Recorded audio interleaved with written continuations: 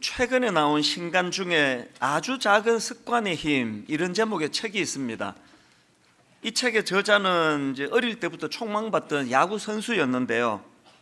불행하게도 고등학교 2학년 때 그 야구 연습을 하던 중에 그 동료가 휘두르는 야구 배트에 얼굴을 정통으로 맞습니다. 그 사고로 코가 부서지고 얼굴 뼈가 30조각이 나고 또 두개골에 금이 가고 왼쪽 눈이 튀어나와가지고 실명 위기가 올 정도로 중상을 당했습니다. 그 정도 중상이면 이제 그 선수 생명이 끝났다고 봐야 되지 않겠습니까? 그런데 이 저자가 대단한 사람입니다. 그런 절망적인 상황을 경험하고도 그 절망에 빠지는 대신에 지금 당장 할 수 있는 작은 일이라도 찾아서 이것을 반복해야 되겠다. 기왕 사고 난 거고 어떻게 하겠냐고. 이 자리에서 내가 할 수 있는 일이 뭐냐, 작은 일이라도 이 반복해서 습관을 만들겠다, 그런 결심을 한 겁니다. 그래서 이제 매일 그 걷기 연습, 그 얼굴을 다쳤으니까 걷는 거는 가능할 거 아닙니까? 매일 걷기 연습이라는 기초로부터 시작해가지고 6개월 만에 다시 운동을 시작할 수 있게 된 그 입지전적인 인물입니다. 이런 노력으로 이제 다시 야구 선수로 복귀해서 대학 최고 선수가 된다고 합니다. 그런 경험을 바탕으로 쓴 책이 아주 작은 습관의 힘, 이런 제목의 책인데요. 제가 이 책에서 감동을 받는 부분이 뭐냐 하니까 그 선수로서의 회복 첫 출발이 뭐였는가 하니까 그 내용을 한번 들어보십시오. 먼저 내 인생을 정돈하는 데 집중했다. 동기들이 늦은 밤까지 비디오 게임이나 하는 동안 나는 매일 밤 일찍 잠자리에 드는 수면 습관을 들였다. 또 대학 기숙사란 너저분하기 마련이지만 내 방을 깨끗이 치우고 깔끔하게 정리했다. 정말 별것 아닌 일이었다. 그런데 이 작은 습관들은 스스로 인생을 관리하고 있다는 느낌을 주었다. 나는 자신감을 되찾아 나갔다. 스스로에 대한 신뢰가 쌓이자 수업 태도도 달라졌고 1학년 내내 전부 A 학점을 받았다. 그 대학을 그 야구 선수로 들어갔는데 그 방 치우는 거하고 그 선수 생활하는 게 무슨 상관입니까? 근데 그 책 제목처럼 이렇게 아주 작고 사소한 것에서부터 습관을 만들어가는 그 일이 얼마나 놀라운 열매를 가져왔는지 한번 내용을 들어보십시오. 야구 방망이에 맞아 혼수 상태에 빠진 지 6년 후 나는 데니슨 대학교 최고의 남자 선수로 선정되었고 ESPN 전미대학 대표 선수로 지명되었다. 전국에서 단 33명만이 뽑히는 영광스러운 자리였다. 그리고 8개 분야에서 최우수 성적을 받고 최우수 졸업생에게 수여하는 학장 메달을 수상하며 대학을 졸업했다. 이게 다가 아닙니다. 지금 이분은요, 미국 최고의 그 자기개발 전문가가 돼가지고 블로그 월 방문자 수가 100만 명에 이른답니다. 그리고 뉴욕 타임즈 베스트셀러 작가가 된 거 아닙니까?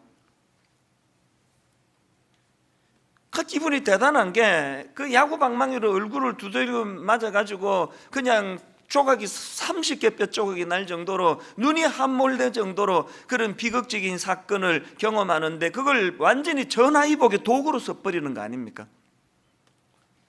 그리고 그 모든 이런 놀라운 성공의 첫 출발이 너무 사소한 거예요. 지저분한 방 치우는 것부터, 밤에 쓸데없이 늦게 안 자고 그리고 아침 일찍 자고 일찍 일어나는 습관을 만드는 거, 이 그야말로 책 제목 그대로입니다. 아주 작은 습관의 힘.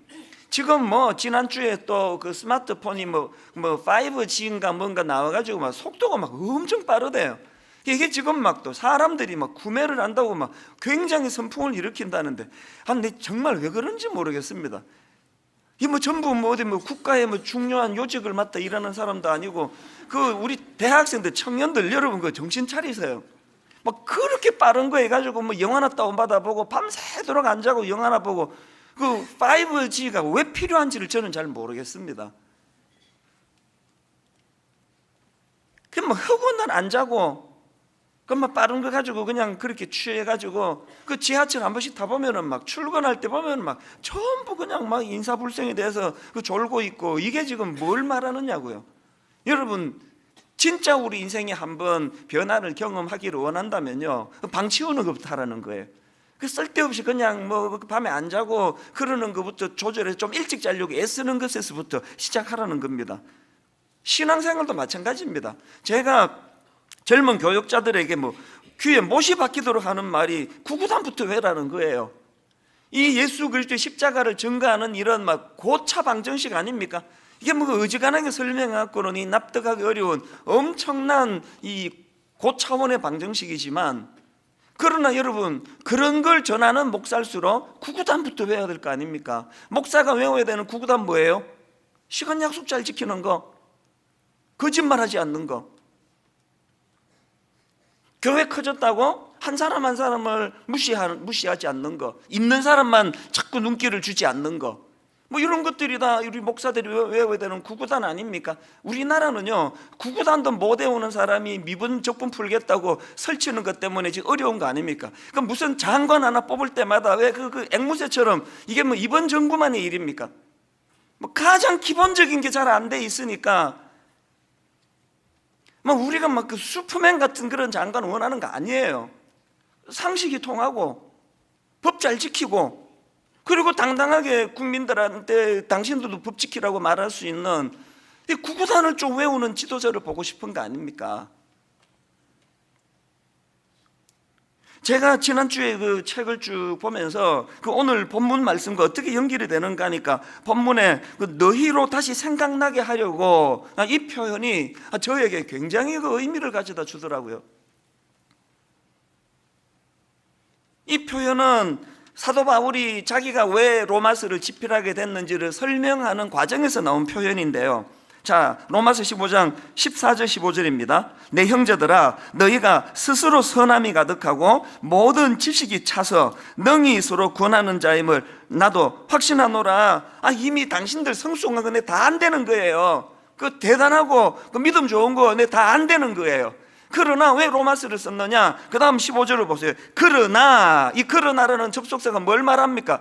그것만 갖고는 안 된다는 거예요. 그러나 내가 너희로 다시 생각나게 하려고 하나님께서 내게 주신 은혜로 말미암아 더욱 담대히 대량 너희에게 썼노니, 그 로마서를 통해 이신칭이라고 하는 그 놀라운 가장 기본적인 말씀을 그렇게 로마서에서 강조하는 이유가 뭡니까?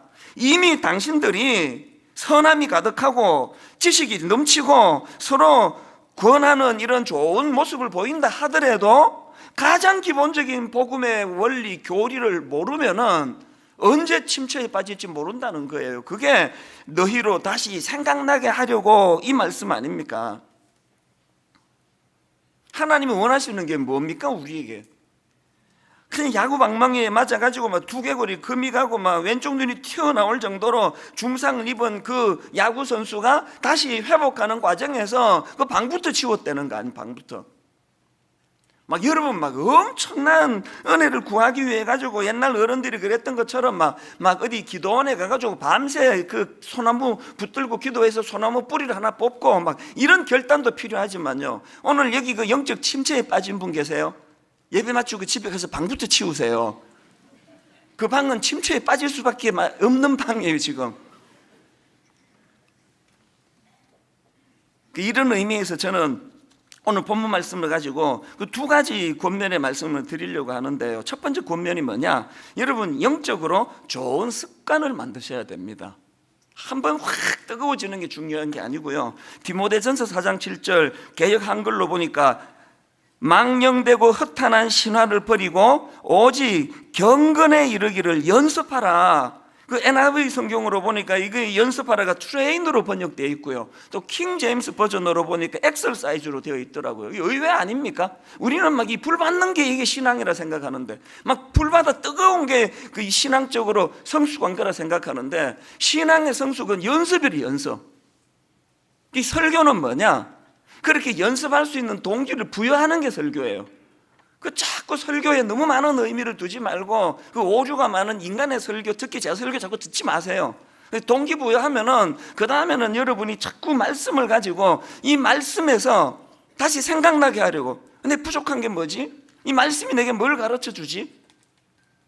가장 기초적인 것을 가지고, 그래서 여러분 하늘에서 내리는 불받은 체험, 이거 그냥 자꾸 그 고장난 레코더처럼 반복하지 말고 그 은혜를 가지고 이제 작은 삶 속에서 그 야구 선수가 사고 나고 방 치우는 것처럼 밤에 일찍 자려고 애쓰는 것처럼 가장 기본적인 생활의 습관을, 신앙의 습관을 만드는 겁니다.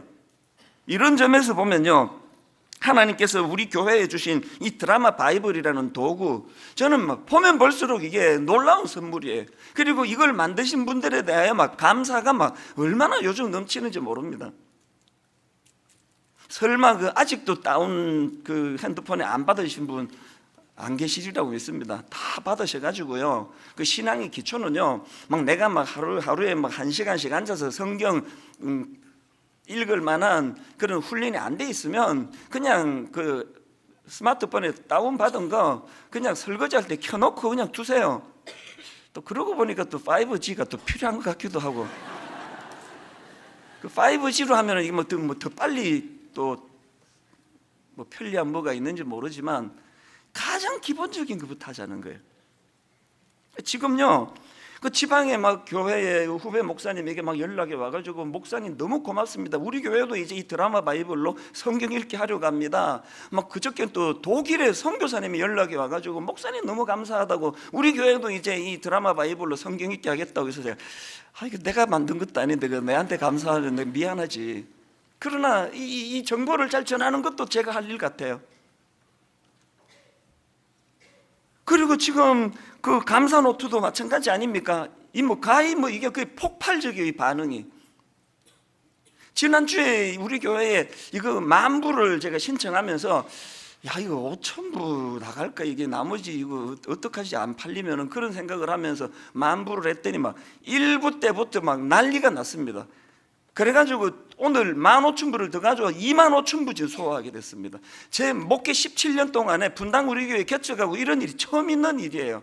근데 내가 그저께 너무 궁금해져가지고 그 인터넷 서점 있죠, 예스24, 또 교보문고, 또 갓피플닷컴 이렇게 들어갔더니 전부 판매 1위예요. 지금 종교 분야 판매 1위. 내가 이렇게 수많은 책을 썼어도 한 번도 경험하지 못한,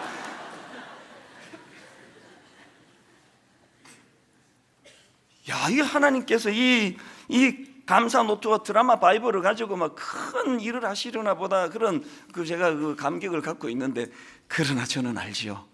사가지고 한 석 줄 쓰고 나머지는 깨끗한 공간이 될 분이 태반이라는 걸 제가 알죠. 그렇기 때문에요, 지금 막 이게 막 붐이 일어나고 막 25,000부 팔리고 막 1위가 되고 그게 중요한 게 아니고요. 이제 이걸 가지고 습관을 들이는, 습관, 꾸준하게 습관을 들이는 거예요.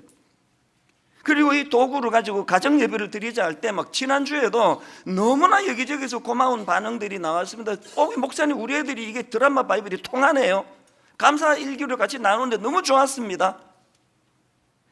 그러나 저는 알지요, 한 달만 지나면 다 원래로 돌아갈 분이 거의 뭐 한 3분의 1은 될 거예요. 습관을 들이는 거예요. 제가 어릴 때 뭐 이런 도구가 있었고 드라마 바이블이 있었습니까? 너무나 가정 예배가 심플했거든요.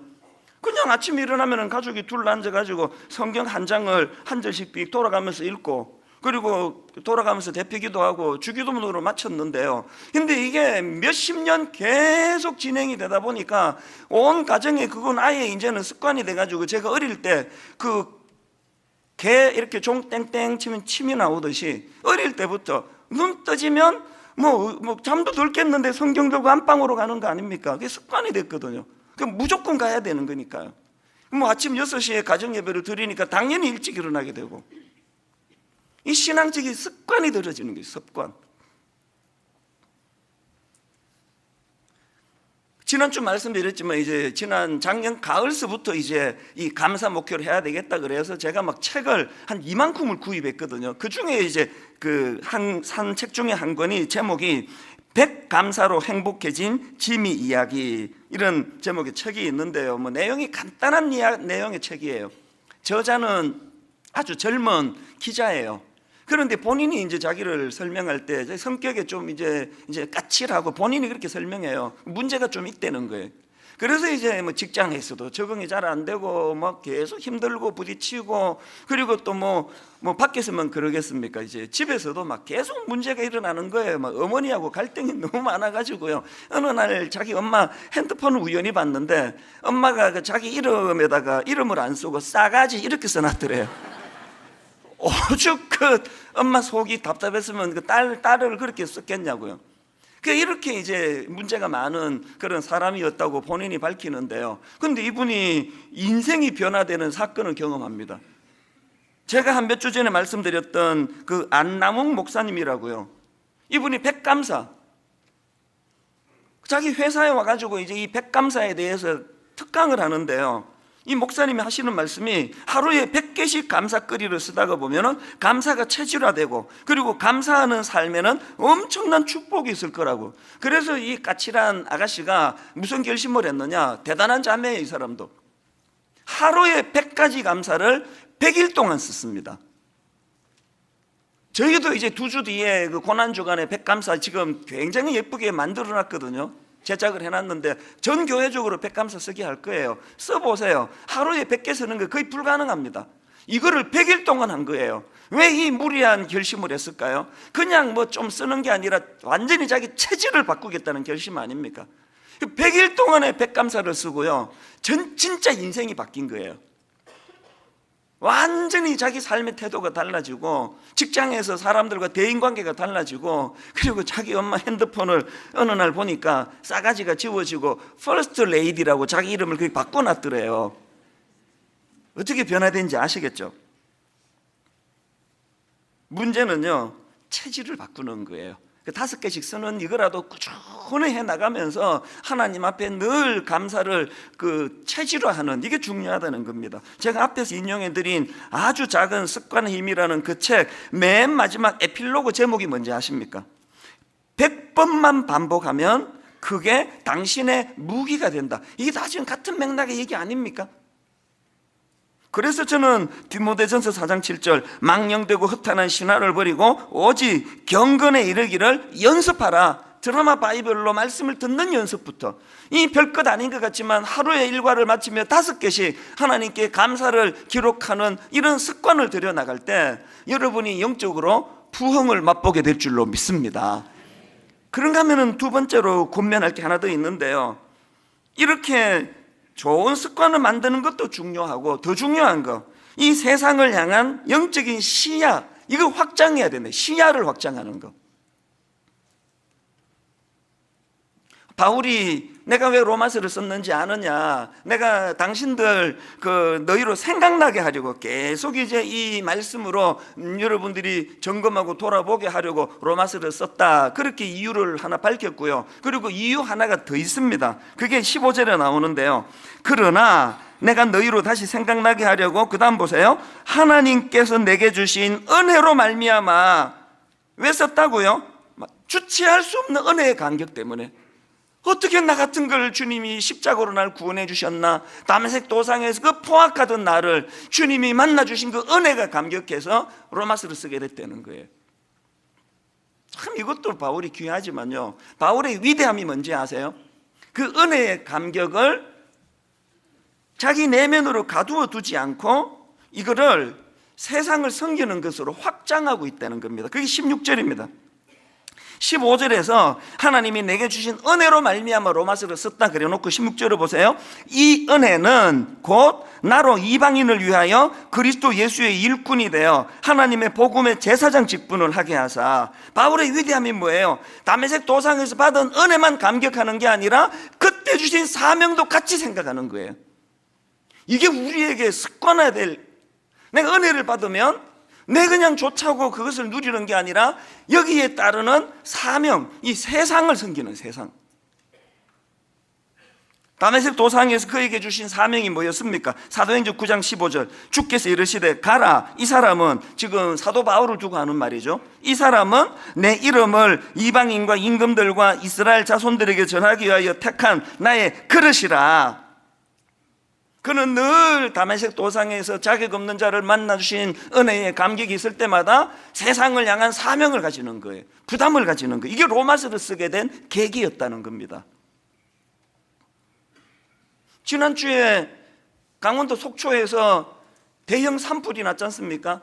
처음으로 어마어마한 산불로 그렇게 그냥 그 영상을 보는데 막 가슴이 뛰더라고요.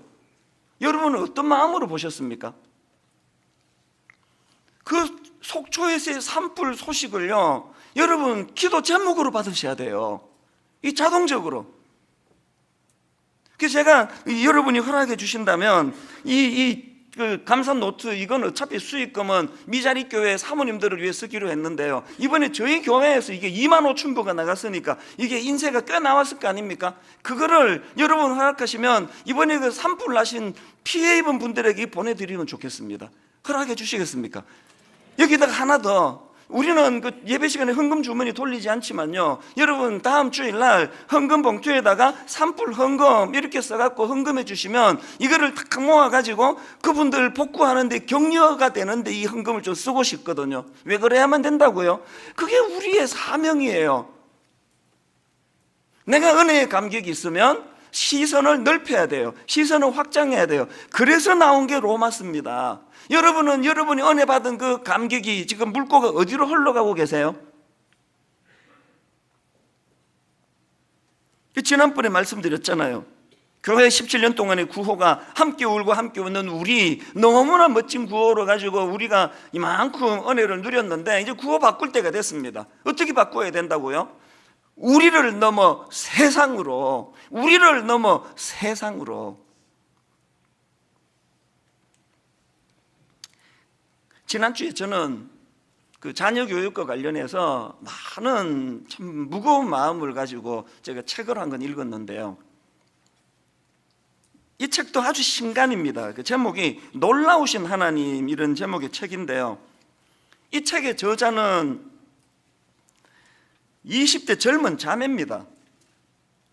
이 책의 부제가 케냐에서 지낸 500일간의 선교 행전, 이렇게 되어 있는데요, 이게 어떤 내용을 다루고 있느냐, 그 20대 젊은 자매가 놀랍게도 케냐 나이로비로 자원해서 가가지고 그곳에 있는 학생들을 가르치고 또 선교 사역을 펼치고 그런 내용을 가지고 글로 묶은 책이 이 놀라우신 하나님이라는 책인데, 저는 정말 근래에 너무나 감동을 받은 책이에요.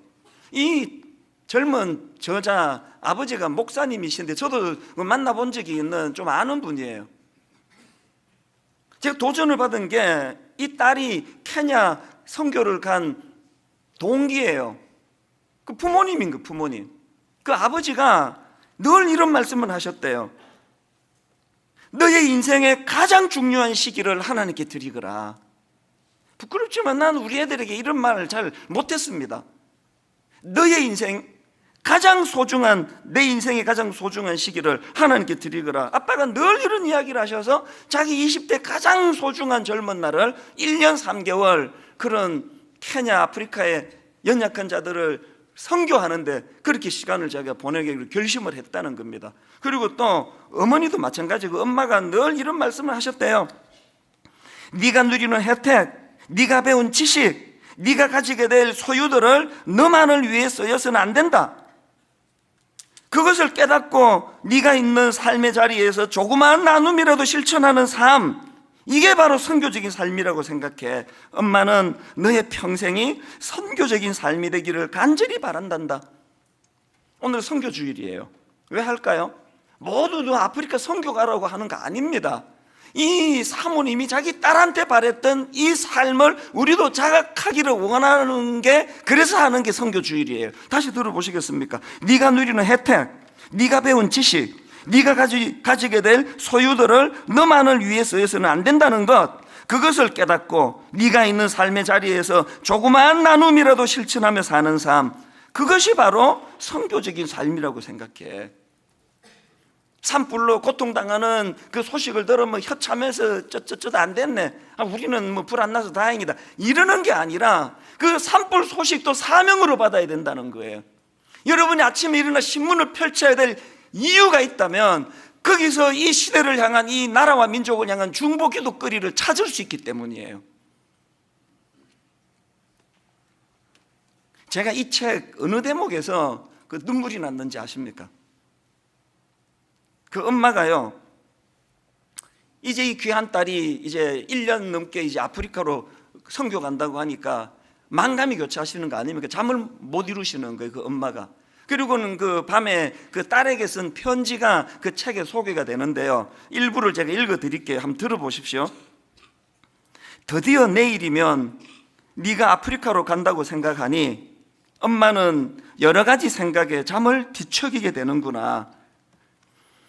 1980년 빌리 그레함 목사님을 주강사로 여의도 광장에서 나는 찾았네라는 엄청난 부흥회가 열렸단다. 그때 엄마는 고등학교 2학년이었어. 약간은 무모하리만큼 하나님을 사랑했던 엄마는 그 집회에서 하나님께 한 가지 약속을 했었단다. 하나님께서 원하신다면 선교사로 가겠습니다. 만약 제가 못 가면 제 자녀라도 보내겠습니다. 만약 제 자녀라도 못 가면 평생 선교 헌금을 하겠습니다. 그 꿈을 계속 키워가던 엄마는 대학교 때 다시 한번 진지하게 선교에 대한 기도를 하면서 아프리카, 특히 케냐에 대한 소원을 가지고 아프리카 선교 중보기도 모임을 가게 되었어. 그 모임에서 아빠를 만났고 결혼을 하게 되면서 선교는 아픈 손가락처럼 늘 엄마의 마음 안에 있었단다. 중간에 생략하고요. 하나님 앞에 선교를 꿈꾸며 기도한 지 37년이 지난 지금 내가 가려고 했던 바로 그 땅 케냐로 선교를 하기 위해 짐을 꾸리는 너의 모습을 보면서 엄마는 약속을 기억하시고 세대를 이어서 그 약속을 이루시는 하나님의 열심 앞에 경이로움을 느끼고 있단다. 엄마가 밟고 섬기고자 했던 그 땅을 가는 내 딸 다혜야, 마치 작은 창문을 통해서, 잘 들어보세요, 마치 작은 창문을 통해서도 크고 넓은 하늘을 볼 수 있듯이 비록 내가 가는 곳은 제한되어 있고 내가 만나는 그 땅의 사람들이 많지 않을지라도 거기서 광대하고 영광스러운 하나님을 더 친밀하게 만나고 돌아오려무나. 이 편지를 읽는데요, 자꾸 감정이입이 되는 거예요. 제 엄마가 생각나가지고. 제 어머니가 이렇게 저를 키우셨거든요. 목사로서 교회를 너무너무 사랑하셨던 남편을 교회를 너무 사랑해서 40일 금식 기도로 교회 부흥을 꿈꾸면서 금식을 하시다가 17일 만에 돌아가신 남편을 기억하면서 계속 어린 저에게 어머니가 주입하신 말씀이, 네 아버지가 기도하다가 돌아가시는 영광은 누리셨지만 급작스럽게 돌아가시는 바람에 목회의 열매는 누리지 못했는데 아들이 네가 그 뒤를 이어야 되지 않겠니? 여러분, 아무것도 가진 게 없고 잘난 것도 없는 이 촌놈인 제가 상상을 초월하는 이런 은혜의 사명을 감당하게 된 그 출발이 어디서 나오는 겁니까? 먼 곳을 바라보게 하고 꿈을 꾸게 하고 나를 이 땅에 보내실 때 하나님은 반드시 너를 통해 하실 사명이 있다는 것을 가르쳐 주신 그 부모로 말미암아 제가 오늘 이렇게 행복한 사역자로 살아가는 거 아닙니까? 여러분, 아까 그 사모님이 쓴 편지, 마치 작은 창문을 통해서도 크고 넓은 하늘을 볼 수 있듯이, 마치 작은 창문을 통해서도 크고 넓은 하늘을 볼 수 있듯이, 비록 네가 가는 곳은 제한되어 있고 네가 만나는 그 땅의 사람들이 많지 않을지라도 거기서 광대하고 영광스러운 하나님을 더 친밀하게 만나고 돌아오라고. 우리 부모의 잘못이 뭐예요? 제가 지난 이틀 동안 너무나 마음 아프게 내 자녀들을 생각한 게 뭐겠습니까? 물론 분당 우리 교회 때문에 17년 동안 가정을 잘 돌볼 수 없었던 아픔은 늘 있었지만 오늘 우리 부모가 회개해야 되는 게 뭐예요? 이 나라는 이 우리 젊은 애들을 작은 방에다 가둬놓고 창문을 다 닫아버리는 나라 아닙니까? 공부 성적 가지고 편애하고 성적 가지고 차별하고 성적 가지고 될성 부르면 안 되는 지 마음대로 판가름하고, 그 아이들에게 같이 우리가 뭘 해줘야 되는 거냐고요. 우리가 네가 비록 이 세상의 평가로 말미암아 작은 방에 갇힌 것 같이 돼버렸고 네 꿈을 빼앗아가는 악한 것들 때문에 그 작은 방에 갇혀 창문조차도 작은 그런 상황에 던져졌다 할지라도 기억하거라. 그 작은 창문 사이에서도 하나님의 넓은 세계를 네가 볼 수 있다는 거, 이걸 가르쳐 주는 걸 실패한 거 아닙니까? 저나 여러분이 다. 우리가 우리 아이들에게 사줘야 되는 게 이거 아닙니까?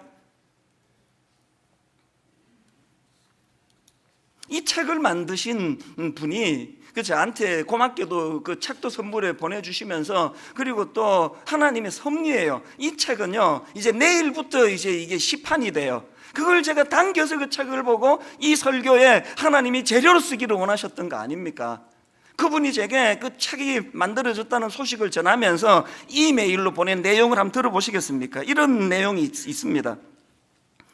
이번 책을 만드는 과정에서 반다해 선교사는, 그 자매입니다. 이번 책을 만드는 과정에서 저자 반다해 선교사는 하버드 교육대학원에 입학 허가를 받았습니다. 저자는 인생에서 가장 빛나는 순간을 하나님께 바치는 것은 결코 낭비가 아니라는 사실을 절감했다고 합니다. 무사한 일주의와 현실 속 패배주의에 함몰되어 있는 젊은이들에게 하나님을 위해 위대한 일을 시도하라는 저자의 외침이 큰 도전이 되리라 믿습니다. 부끄럽더라고요. 오늘 여러분, 그렇게 그냥 대학 입시 오직 대학만 가면 된다고 했던 그 사람들도 못 들어가는 얘는 고3 안 했습니까? 얘는 한국에서 입시생 안 했습니까? 그 아빠가 넓은 세계를 바라보면서 네 인생의 가장 소중한 시기를 하나님께 드리라고 가르쳤더니 하버드 교육대학원 입학 허가가 나왔답니다. 막 내일부터 이제 막 엄청 이제 교육이 막 너 그 케냐로 가라. 케냐로 가서 한 1년 3개월 있으면 하버드 간댄다. 이게 오늘 우리 아닙니까? 이게 큰 그림을 그리면서 나가지를 못하고 마치 작은 창문을 통해서도 크고 넓은 하늘을 볼 수 있듯이 세상이 너를 작은 창문 있는 방에 가두어 둔다 할지라도 그 작은 창을 통해서도 하나님의 광대하신 이 세상을 바라볼 수 있다는 사실을 기억하거라. 이 교육을 지금부터라도 하자고요. 지금부터라도. 오늘 선교 주일인데요, 여러분 단기 선교에 많이 참여하시면 좋겠습니다. 앞에서 인용해드린 그 놀라우신 하나님, 이 책은요 진짜 제가 강추해요.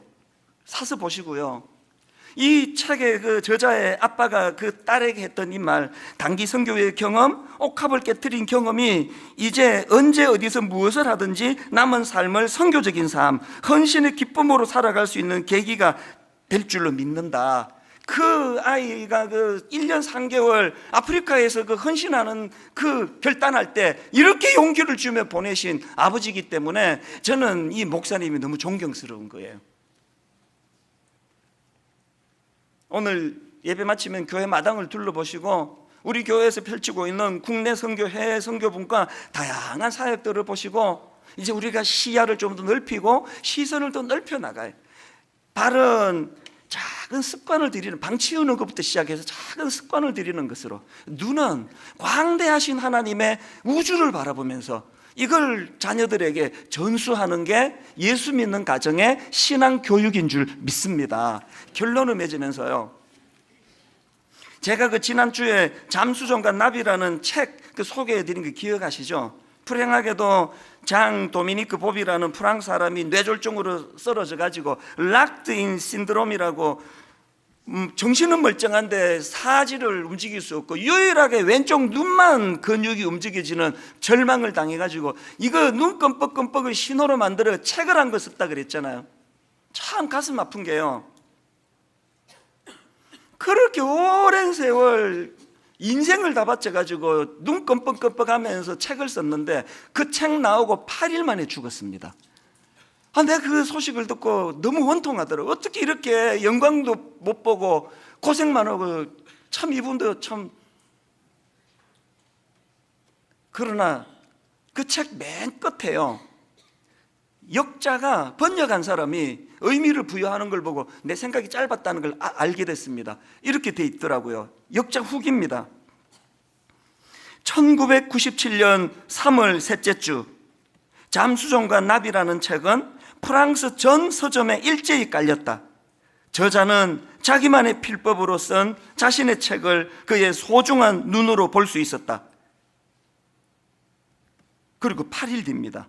1997년 3월 9일 장 도미니크 보비는 옥죄던 잠수복을 벗어던지고 나비가 되어 날아갔다. 자유로운 그만의 세계로 우리에게 사랑과 희망의 메시지를 남기고. 역할이 다 끝났다는 거 아닙니까?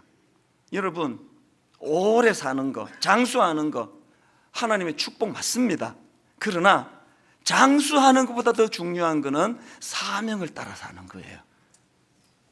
눈 껌뻑껌뻑 하는 걸 신호로 만들어 그 놀라운 책을 만들고 맨 끝에 이 한마디, 그는 우리에게 사랑과 희망의 메시지를 남기고, 책 출간 8일 만에 심장마비로 인생을 끝난 사람이지만, 여러분 오늘 2019년 대한민국 분당의 어느 교회에서 그분의 이름이 지금 회자되고 있는 거 아닙니까?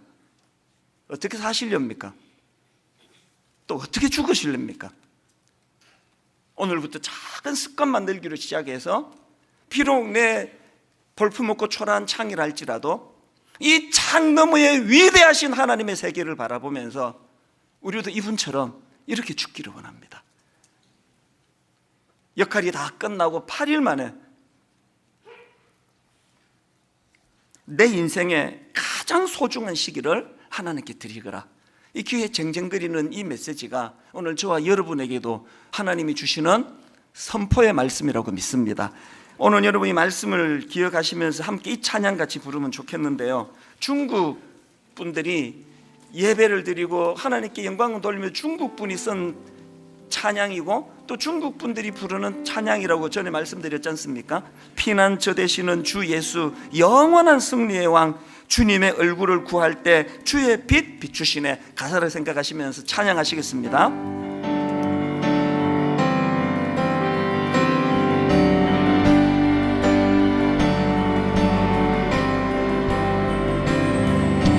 피난처 되시는 주 예수, 영원한 승리의 왕, 영원한 승리의 왕, 주님의 얼굴을 구할 때 주의 빛 비추시네. 전쟁은 주님께 속했네. 승리는 우리의 것. 예수의 이름을 높이며 영원히 찬양하리. 주님의 임재에 온 땅 흔들리고 우리 기도에 하늘 문 여시네. 온 민족과 열방 주께 경배해. 영원히 보좌에 계신 왕께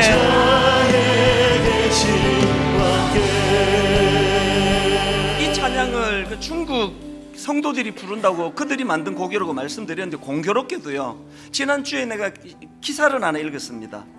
지금 중국이 당국의 인가를 받지 않은 지하교회에 대한 탄압이 지금 강화가 돼가지고요, 최근에 넉 달 사이에 세 곳의 유명 지하교회, 여러분 아시죠? 중국의 유명 지하교회가 막 수천 명씩 모입니다.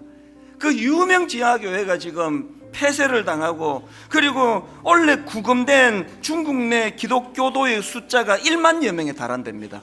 내가 그 기사를 보면서 순간적으로 이 큰일 났네, 이거 어떡하나? 그러나 여러분, 내가 금방 생각을 바꾸었습니다. 고쳤습니다. 이 큰일 난 일 아닙니다. 중국 당국이요, 교회 문 앞에 못을 박아가지고 출입 금지를 시킬 수 있을지 몰라도 중국 당국이 모르는 게 뭡니까? 그렇게 뜨겁게 주님 앞에 지하교회에서 훈련받은 수많은 성도들 교회에 못 오게 하면 그들이 민들레 홀씨가 되어가지고 전국 전역으로 영향력 있게 복음을 퍼뜨릴 줄로 저는 믿습니다. 여러분 아시죠? 그렇게 탄압하는 그 상황에서도 현재 중국 기독교인 8천만 명에서 1억 명이라고 예상을 합니다. 누가 막습니까? 교회는요, 그저 평안하고 잘 지내고 막 이렇게 그냥 고급 인력이 막 분당 우리 교회만 몇만 명씩 모여 있는, 이게 흩어질 줄 모르는 이게 변질의 불씨예요. 이게 누가 우리 교회를 좀 문을 막아줬으면 좋겠습니다. 더 이상 이곳에 예배 드릴 수가 없어. 이 헌신된 성도들이 곳곳으로 퍼져나간 민들레 홀씨가 되면 그게 디아스포라예요. 중국 교회를 왜 기도해 주시고요, 한국 교회를 위해서 더 많이 기도해 주시기를 바랍니다. 꿈을 잃어버린 한국교회, 현실에 너무 배불러.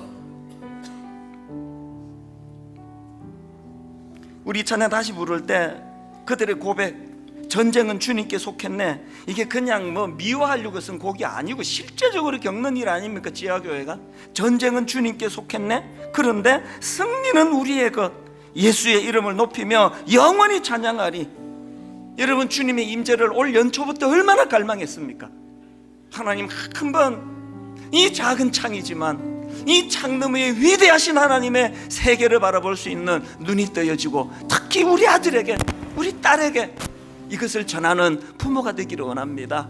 소원하면서 우리 한 번 더 이 찬양 가사 하나를 주목하고 소원하면서 찬양하기 원합니다.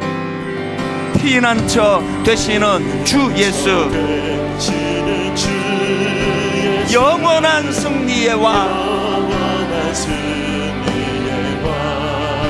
주님의 얼굴을 구할 때 주의 빛 비추시네. 여러분들 이렇게 선포하시겠습니까? 전쟁은 주님께 속했네. 힘있게 선포하세요. 승리는 우리의 것. 어떻게 가능합니까? 예수의 이름을 높이며 영원히 찬양하리. 꿈을 꾸며 찬양하십니다. 주님의 임재에 온 땅 흔들리고 우리 기도에 하늘 문 여시네. 온 민족과 열방 주께 경배해. 영원히 보좌에 계신 왕께 피난처 되시는 그분이 어떤 분이십니까? 영원한 승리의 왕. 우리 삶 가운데 주님의 얼굴을 구할 때 주의 빛 비추시네. 주님의 임재에 온 땅 흔들리고 우리 기도에 하늘 문 여시네. 온 민족과 열방 주께 경배해. 영원히 보좌에 계신 왕께. 우리 다 자리에서 일어나셔서 전쟁은 주님께 속했네. 승리는 우리의 것. 여러분 이거 믿으십니까? 예수의 이름을 높이며 영원히 찬양하리. 여러분 준비되셨습니까? 선포하십시오.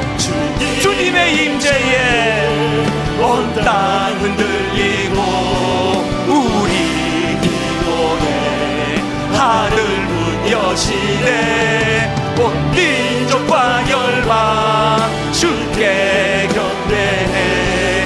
영원히 하나님 어리. 주님의 임재에 온 땅 흔들리고 우리 기도에 하늘 문 여시네. 온 민족과 열방 주께 경배해. 영원히 자에 계신 전하고 기도해.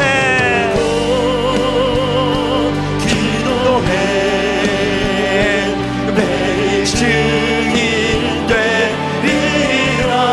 세상 모든 사람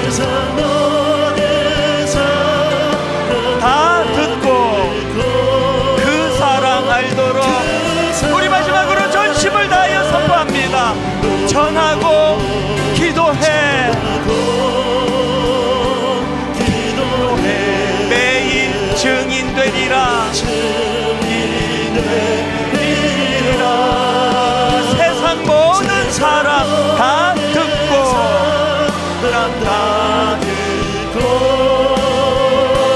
그 사랑 알도록.